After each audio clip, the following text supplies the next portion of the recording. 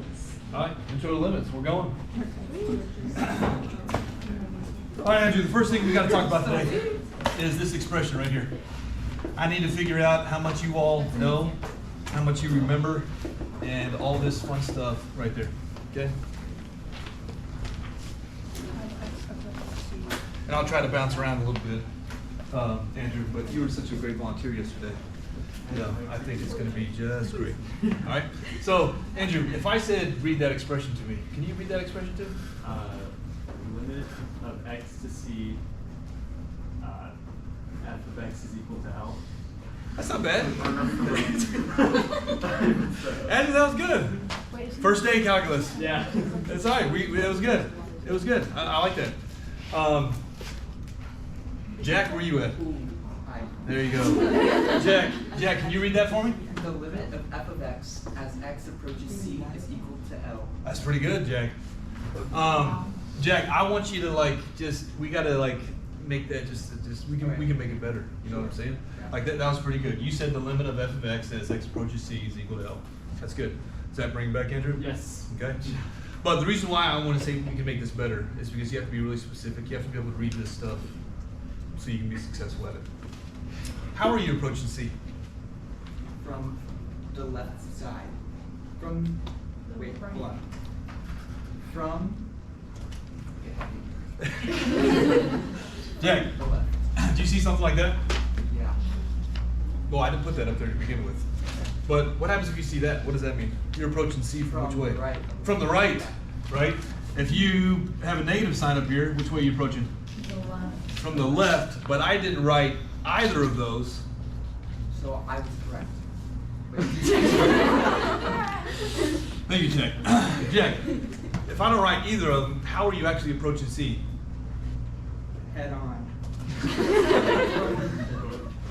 Both directions. Both. Neither direction. Left and right, Jack. That's what we were going for. That's both, right? What does both mean? Left and right. Like apples and bananas, you know? Like what? But there's only two options. So if you say- Are there?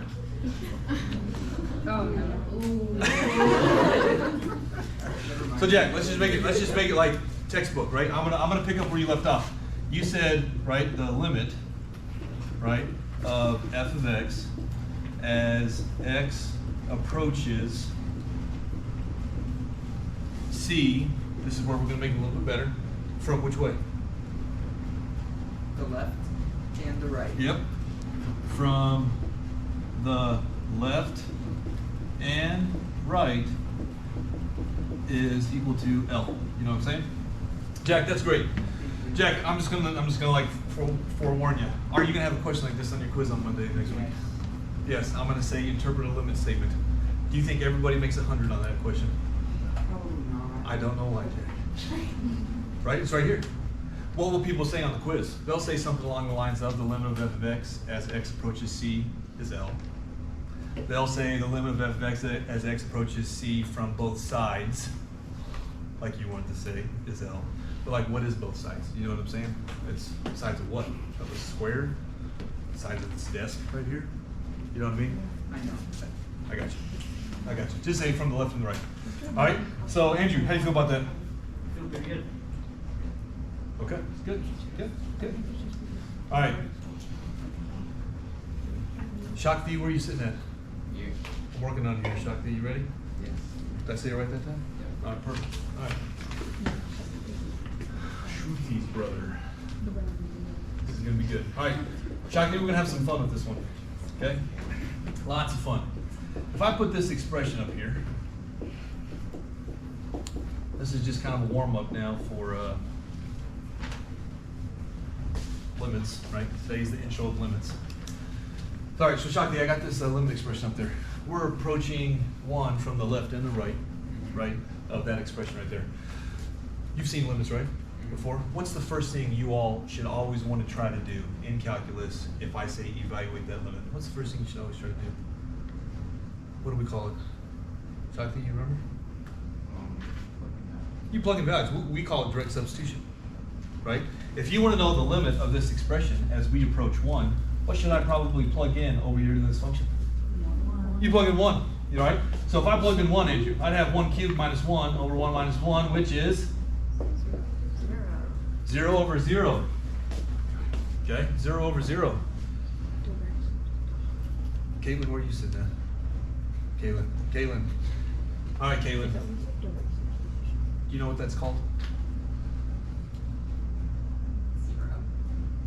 That's all right, Caitlin. This is good. Just so you know, this has happened every single class today. It's all good. You know what I mean? It's all good. It's first day. We're shaking off the dust here, bringing it back. What is 0 over 0? Is it 1? No. Please don't ever say that. Okay. Just don't ever say infinity over infinity is 1 either. But, all right. So good. So, Caitlin, it starts with an I. I'm hoping you remember the word. Imaginary. No, not imaginary. Where's Remy at? Where's Remy? Remy, I'm working on it. Remy, do you remember what it's called? Infinitely many. No. Irrational. Not irrational. We got some, yes? Indeterminate. Indeterminate. That's the form right there. Sorry. Sorry. Andrew, I'm sure you already knew that, right? I did know that. Oh, okay. That's good, Andrew. Yeah. That's good. That's good. Right? Indeterminate form. Right? I hope you all see that, right? Does that bring back some memories? No. Okay, this is why we're taking this slow, Andrew. You know what I'm saying? We're taking this slow. All right? It's okay. If you ever tried direct substitution, right? If you ever tried direct substitution and you get 0 of 0 or infinity over infinity, we're going to talk more about this over the next 3 weeks. That's what we call indeterminate form. You can't determine what it is.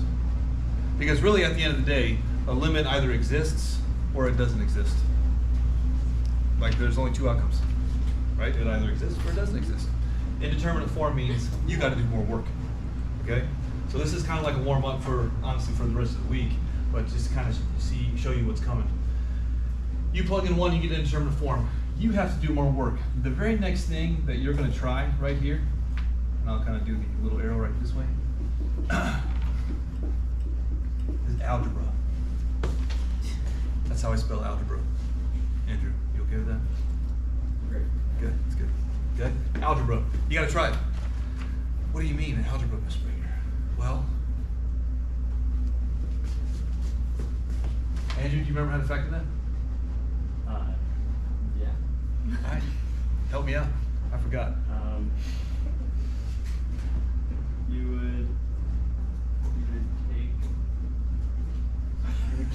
would cancel at the. Don't you dare. No. Don't you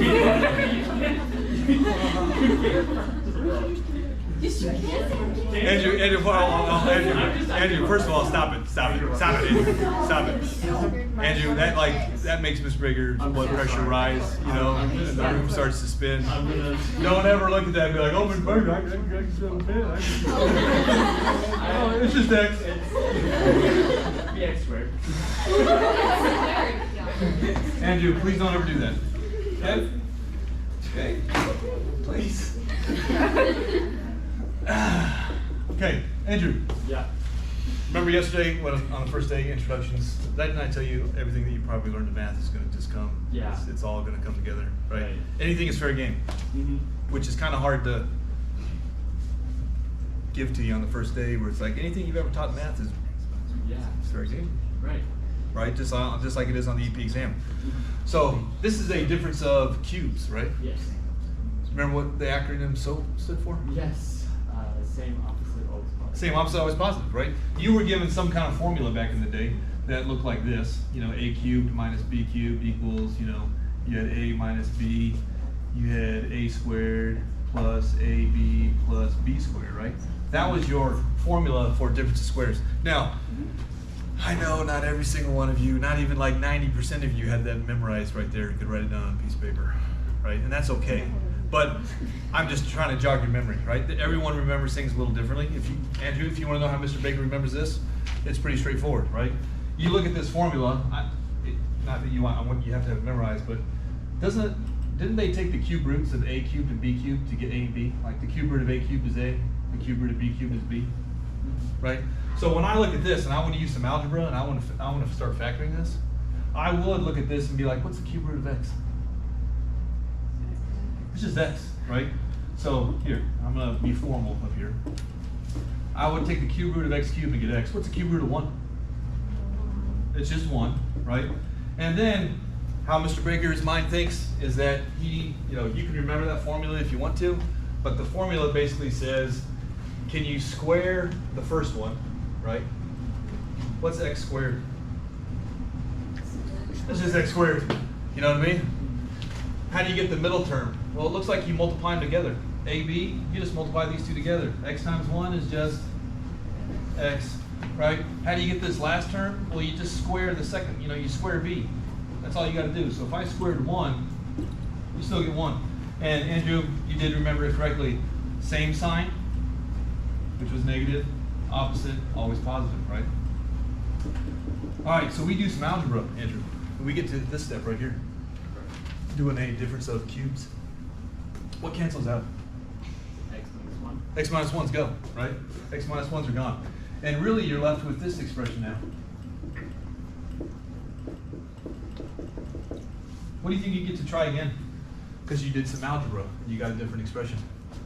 Plug in that one again. You're going to try direct substitution again, right? You're going to try direct substitution. If I plug 1 in right now, 1 squared plus 1 plus 1, the answer to that original limit is actually 3, right?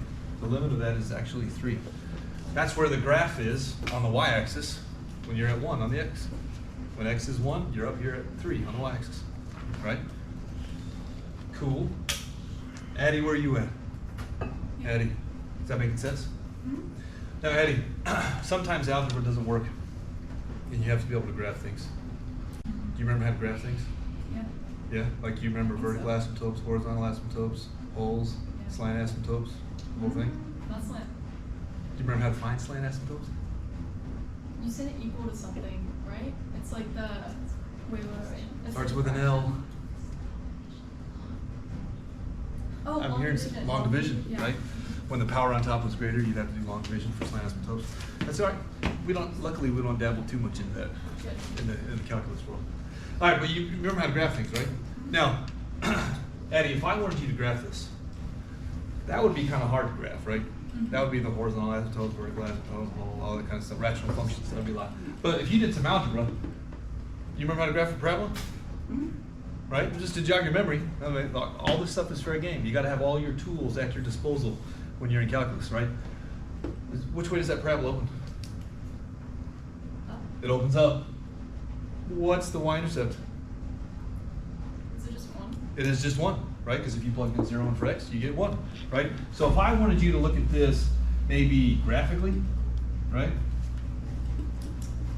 I'm just going to kind of jog your memory here. Graphically, you would look at that and be like, okay, I know it's a parabola that opens up, and I know the y-intercept is 1, right?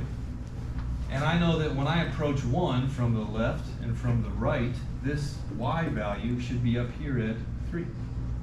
And this would basically be a snapshot of what the graph actually looks like, right? This would be a snapshot of what the graph actually looks like. It's a parabola that opens up. I know that I got the y-intercept at 1. There's actually a hole at 3 because y'all learned, Addie, in rational functions. Anytime you do some algebra and things cancel out, those are automatically what? Holes, right? This is why calculators aren't any good, Andrew. Does your calculator show holes? No. No, it doesn't. You could see where a hole is if you went to the what on the calculator? Table. The table, right? The table will show you where a hole is. But again, we don't need a calculator, right? So that's what the graph would look like. All right, what do you think, Andrew? Great. You like that? Yeah. Andrew, just for fun right here, there might be a homework question tonight. Number 1, Andrew. Andrew, right now, I know the limit as we approach 1 of f of x. We'll call this f of x right now is 3, right? You cool with that? Yeah. Could f of 1 equal 1?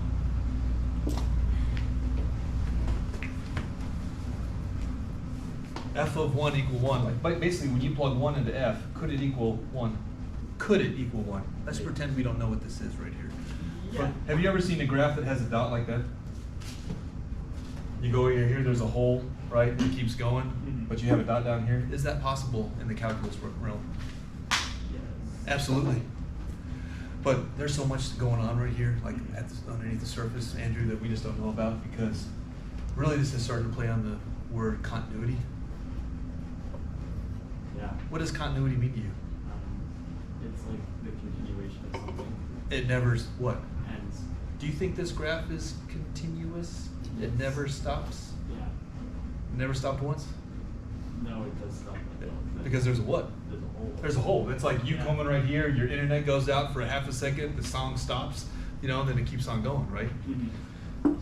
There's a lot of things going on right here, but this is kind of like a warm-up for continuity. This graph is actually not continuous, but you can still find the limit.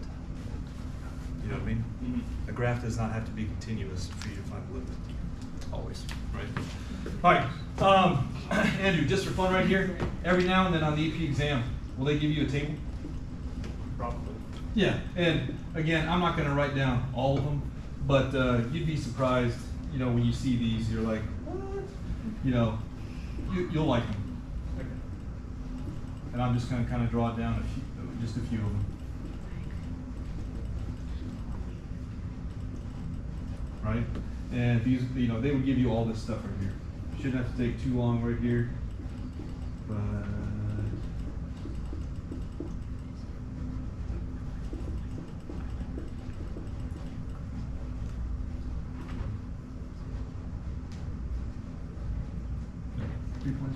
Perfect. There we go. All right, just to kind of cut that off real fast. Cool. Andrew, if you were looking at this right here, and they gave you a table, and they said, what's the limit of f of x as you approach, what are the x values doing? 1. We're approaching 1 from the Right. left, right? And now we're approaching 1 from the Right. right? If they asked you the same thing just with the table, I want you to be able to do that, right? You got to be able to like, all right, x is approaching 1 from the left, we're approaching 1 from the right. What are the y values approaching? It'd be 3, right? That's basically going back to interpreting the sentence right here, right? The limit of f of x, right, is L. L is basically that y value that you're also approaching from the left to the right. Right, that's what you're going for. All right, so you feel good about the table? Yeah. Okay. Well, the last little part right here that we just have to talk about, Andrew, is, you'll see here in just a second.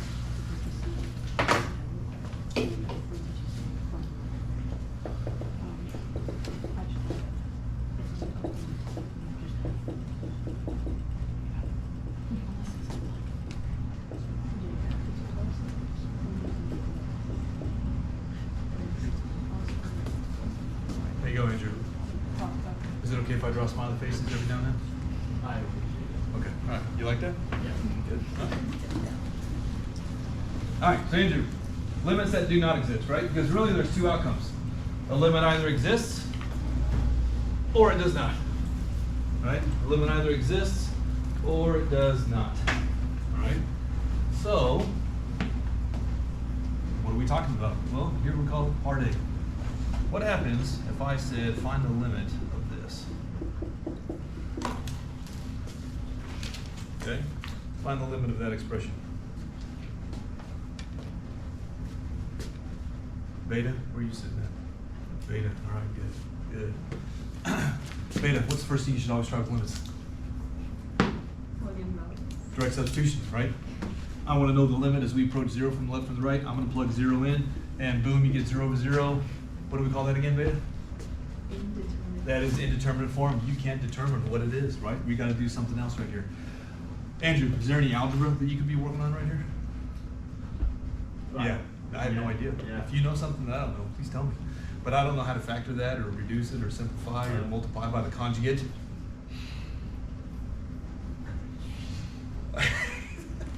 Andrew, look on some of y'all's faces. Andrew, just for fun, I gotta have fun with that just for a minute. Andrew, what's the conjugate of that? I cannot remember. Andrew! 2 minus 3i. It is 2 minus 3i, right? It's the same expression, you just change the sign in the... Yeah. Yeah, that one, the middle. It's been a while. Andrew, you see what I'm kind of getting at? Yes. You know, what are we doing tomorrow? Indeterminate Sure. form, Yeah. which is gonna be like algebra. Do you think we're gonna have some conjugates tomorrow? Probably. Yes. Yes. Yes. It's all going to come back to us, Andrew. We're going to revisit. All right. So, beta. I don't know what to do with that. Right? There's no algebra involved. So what did we go to just a second ago? Graph it, right? AP exam loves these kind of problems. They love these kind of problems, Andrew. If the AP exam loves them, guess who else loves them? You. So if you need to get out your little red highlighter, you know, do whatever you got to do. I'm not going to tell you how to take your own notes. You know what I'm saying? But I'm just saying, if the AP exam loves them, Mr. Baker loves them. All right, so Andrew, if I was going to graph this, Andrew, sorry, this isn't your problem. Beta, this is your problem. Beta, if I can't plug in 0, what are some other things that you could do? Exactly. Just start plugging in numbers that are nice and neat, that are close to 0, right? If you plugged in 1, beta, you'd have absolute value 1 over 1, which is 1. So I'm just going to put a dot right there. If I plugged in 2, beta, what would be the absolute value of 2 over 2? It's still 1. And you're going to do this and notice a pattern going on really, really fast. No matter what you plug in for x, you always get 1. You know what I'm saying? What about something to the left, beta of 0? What do you get when you plug in -1? Absolute value negative oh my 1 God, negative. over -1. What do you get? Negative. You get -1, right? So you put a dot right there. If I plugged in -2, what do you get? Negative 2. Absolute value of Oh my negative God. 2 Oh my God. over -2. Negative 1. It is -1. That's good. That's good, right? So you can kind of see a pattern here, beta. This graph is essentially doing this, right? No matter what you plug into the right of 0, it's always going to be 1. No matter what you plug into the left of 0, it's always going to be -1. And beta, I'm just putting an open circle there because we can't equal 0. It's undefined. Can't divide by 0, right? So why is this a great example of limits that do not exist? Because we are approaching what? Are we approaching what? What are we approaching down here? When we approach 0 from the left, we're approaching what? -1. When we approach 0 from the right, where is the graph at? 1. So I'm approaching -1, approaching +1. Are those two different values? So guess what, Andrew? Does not exist, right? And really, this is the notation that the AP exam would love for you to use. The limit from the left does not equal the limit from the right. Okay? That means does not exist. I want you to get familiar with this kind of stuff because really calculus is a universal language. You can go anywhere in the world and somebody that studies math understands that. You know what I'm saying, Andrew? Mm-hmm. Like it doesn't matter what language you speak, boop, this is universal language, right? So that's what that notation right there means for does not exist. The limit from the left, that's that negative sign, does not equal the limit from the right, that positive sign. All right? Cool? All right. All right. Colin, where you at? Colin, you a football player? Yes, sir. What position? Safety. Mike Wilson. That's cool. I had him last year. You gonna go to Air Force too? Hey. Thought about it? All right, that's cool. All right. All right, well, Colin, let's talk about this one right here. This breaker's gonna have a little fun with it, Colin, if that's okay. All right. So, Colin, if I wanted you to evaluate that limit right there, what is the limit of 1 over x squared as we approach 0 from the left and the right? You want to try direct substitution, don't you? Probably. If you plugged in 0 right now, what do you get? What is that? What? If you plugged in 0 right now, don't you get 1 over 0? Yes, sir. What does that mean? Undefined. Uh-huh. Is that an answer? Indeterminate. Is it indeterminate form? No, it's not. Indeterminate form is 0 over 0, right? We've never had that before. You've had that before. What is 1 over 0? Undefined. But I just told you a second ago, a limit either exists or it doesn't, right? A limit either exists or it doesn't exist. We got to do a little bit more exploration with that one. Is there any kind of algebra, Colin, that you know how to do with that? What are you going to do? I'm curious. Maybe not. Maybe not, right? There's no factor. When I say algebra, it's like factoring, multiplying by the conjugates, you know, rationalizing in some way, whatever, right? There's no algebra you can do that. So if we can't do algebra and we don't have a calculator in front of us, we should probably do what? We should probably come up with a graph, right? Just like we did last time. Now, Colin, if I was going to graph this thing, can't plug in 0, but I can plug in what? 1. Plug in 1. Now, again, you'll kind of get the pattern here. If I plugged in 1, we know the answer is 1 because 1 over 1 squared is 1, right? But what happens if you like plugged in like 10? It'd be 1 over 100, wouldn't it? Sir. Which is really, really, really small, right? It's really, really small. What happens if you plugged in like 1/10?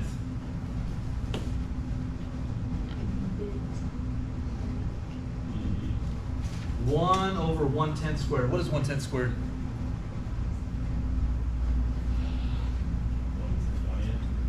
10 squared. 1 over 100, right? You would have, Colin, you would have like 1 over 100. What does that make you want to do if you love algebra? Does that make you want to flip and multiply? Probably. Which would really be like what, 100? So if you can imagine, as you get closer to 0, this point is way up here. You guys have seen this graph before. It looks something like this, right? And again, Colin, if I plugged in like -1 right here, if I plugged in -1, 1 over -1 squared, still positive 1. If I plugged in -10 squared is still positive 100, so it's still 1 over 100, it's still really, really small. This graph actually does this right here. Now please follow your intuition. This is why you all are smarter than a textbook. This is why Mr. Baker's talking about this example. Colin, as I approach 0 from the left, where's the graph going? Up. To where? Positive. To where? Infinity. Okay. As I approach 0 from the right, Colin, where's the graph going? Infinity. Were we approaching the same value from the left and the right? Yes, sir. The limit exists, doesn't it? What do you think the answer is? What value were you approaching from the left and the right? Infinity. It's infinity, right? The limit of this expression is infinity. Colin, why did I put a smiley face on the board up here? Because it does exist. It does exist. If you looked in the textbook right now, you know what your textbook would say? Does not exist. It does not exist. I know why they say that. This is why Mr. Baker's here. He gets paid the big bucks. You're supposed to laugh at that. Okay? But Colin, your textbook says it does not exist because can you really quantify infinity? No. But guess what they want on the EP exam? Infinity. They want infinity. Any college professor wants infinity. Why? Because you're smarter than the textbook. You understand that you are approaching the same value from the left and the right, and it actually equals infinity. Is that cool with that? You cool with that, Colin? Yes, sir. You do have to be careful with, you know, these kind of graphs right here, when you have like 1 over x, because we all know that that's a parabola, I hope, that you've seen this before. That limit would not exist at 0, because when I approach 0 from the left, negative infinity. When I approach 0 from the right, positive infinity. Are we approaching different values, Colin? Yes. Yeah, so that limit would not exist because of different values, right? All right, so the last one right here, A, B, and C. Let's talk about this one real quick.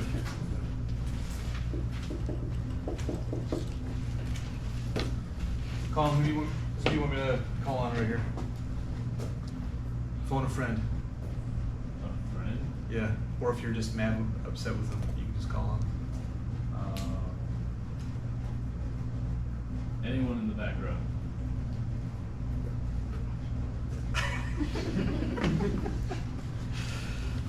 All right, you gotta help me. What's your name? Akshara? Akshara. All right. I got that. I'm finding my spot. All right, Akshara, you ready? Yes. Here we go. Direct substitution. If you plugged in 0, what would you get? That's just x approaches 0, sine of 1 over x. 1 over 0. 1 over 0. Sorry. Are you sitting back there, Akshara, and you can't see the board? It's okay. You made the decision.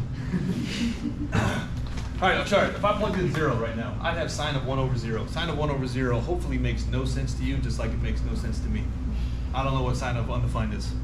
right? That's not on the unit circle limits breaker. We didn't have to memorize that over the past few years. Andrew, I understand that. You know what I mean? Yeah. Don't worry about that. This is one of those kind of problems that they would either give you the graph or they give you a calculator, right? But this is more of just a conceptual example that I want to talk about with you. If you plug this in your calculator, Andrew, the graph is going to come in here like really close, right?